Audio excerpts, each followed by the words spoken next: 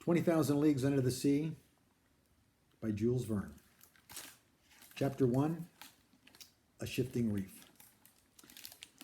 The year 1866 was marked by a strange event, an unexplainable occurrence which is undoubtedly still fresh in everyone's memory. Those living in coastal towns or in the interior of continents were aroused by all sorts of rumors, but it was seafaring people who were particularly excited.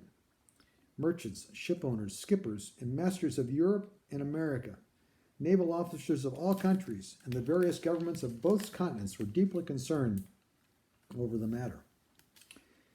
Several ships had recently met at sea an enormous thing, a long, slender object, which was sometimes phosphorescent and which was infinitely larger and faster than a whale. The facts concerning this apparition, entered into various logbooks, agreed closely with one another as to the structure of the object or creature in question, the incredible speed of its movements, the surprising power of its locomotion, and the strange life with which it seemed endowed. If it was a member of the whale family, it was larger than any so far classified by scientists.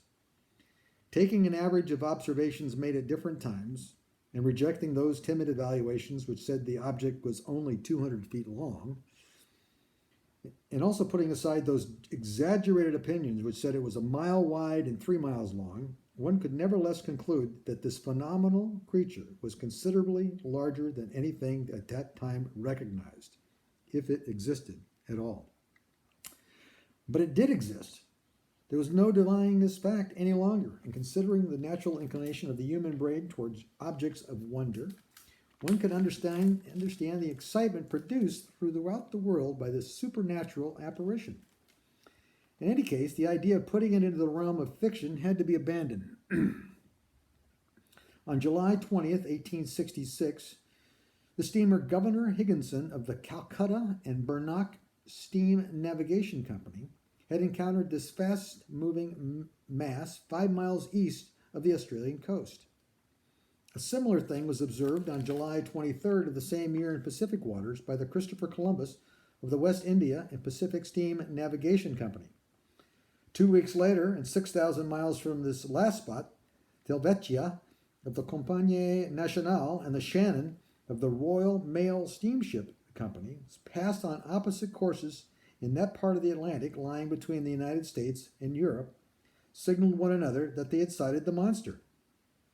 In this simultaneous observation, they felt to judge the creature's minimum length at more than 350 feet, since that was larger than both ships, each of which measured 330 feet overall.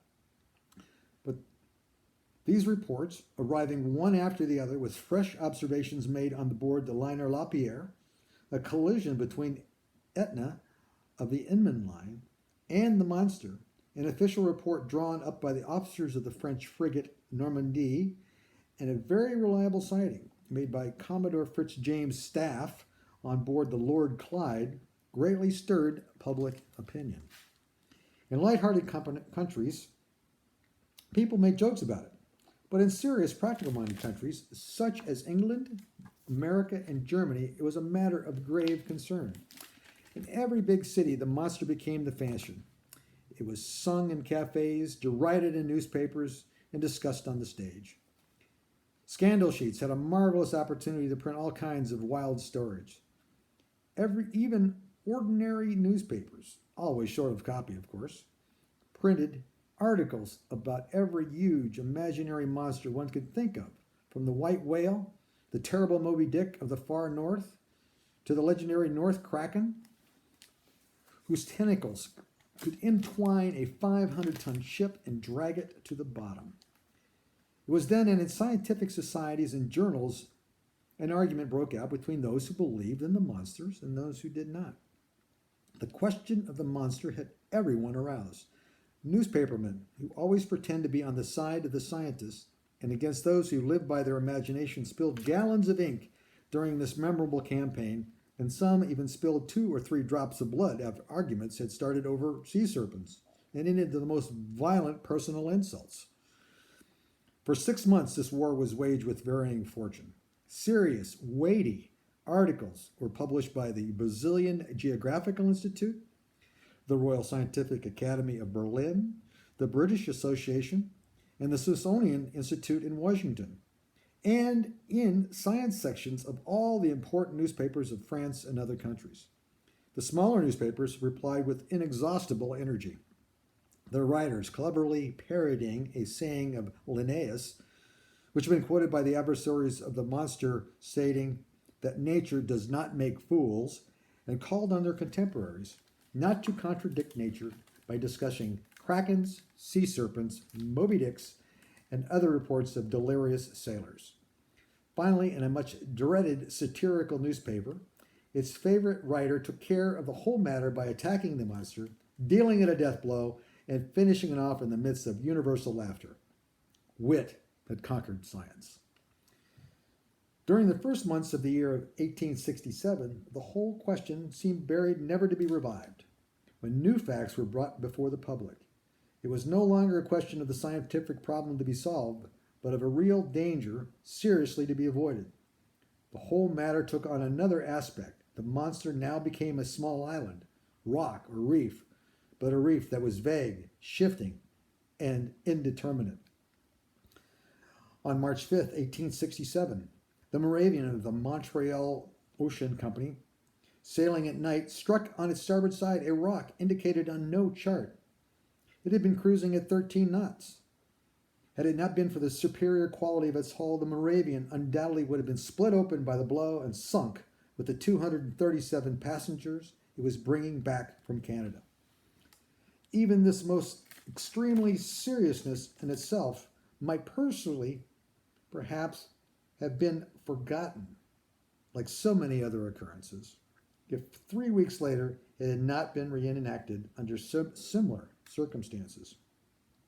But because of the nationality of the ship involved in this new collision and the reputation of the company to which it belonged, this event caused a tremendous stir. There is no one who has not heard of the famous English shipowner, Cunard.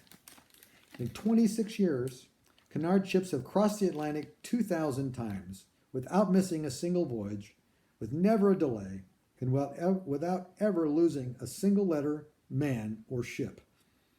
This is why passengers, in spite of a long, strong competition from French liners, still choose the Cunard line in preference to all others, and it would appear from a survey of official documents of the last few years.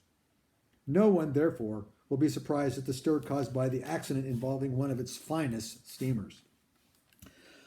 On April 13, 1867, the Scotia was sailing on a clear sea with a moderate breeze. It was traveling at a speed of 13.43 knots, propelled by its 1,000-horsepower engines. It was drawing 22 feet of water, and in 4:17 in the afternoon, while the passengers were gathered in the big lounge having their tea, a slight blow was felt below the hull of the Scotia, on the quarter slightly behind the port wheel. The Scotia had not struck something, it had been struck by the same object which was more cutting or perforating than blunt.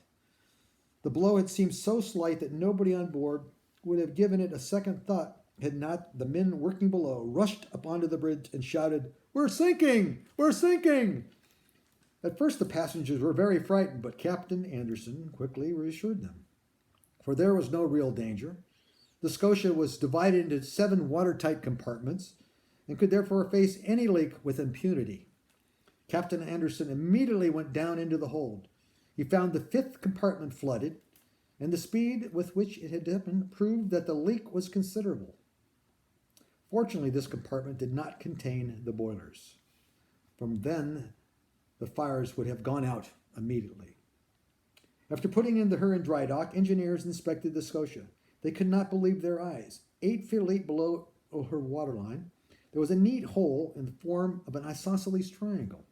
It was so perfectly shaped that it could scarcely have done better with a precision instrument. The object which had made this hole must have been extremely unusual, and after being driven into the hole with prodigious force, enough to pierce a hull 1.5 inches thick, it must have withdrawn itself by a manner completely unexplainable. This new event once again caused stirred up opinion, public opinion, that is. From then on, all explained losses at sea were attributed to the monster. And the monster who, rightly or wrongly, was held responsible for their disappearance and for the increasing danger of travel between various continents to the point where the public came out of the categorical demand that seas must be rid of this formidable creature at any price.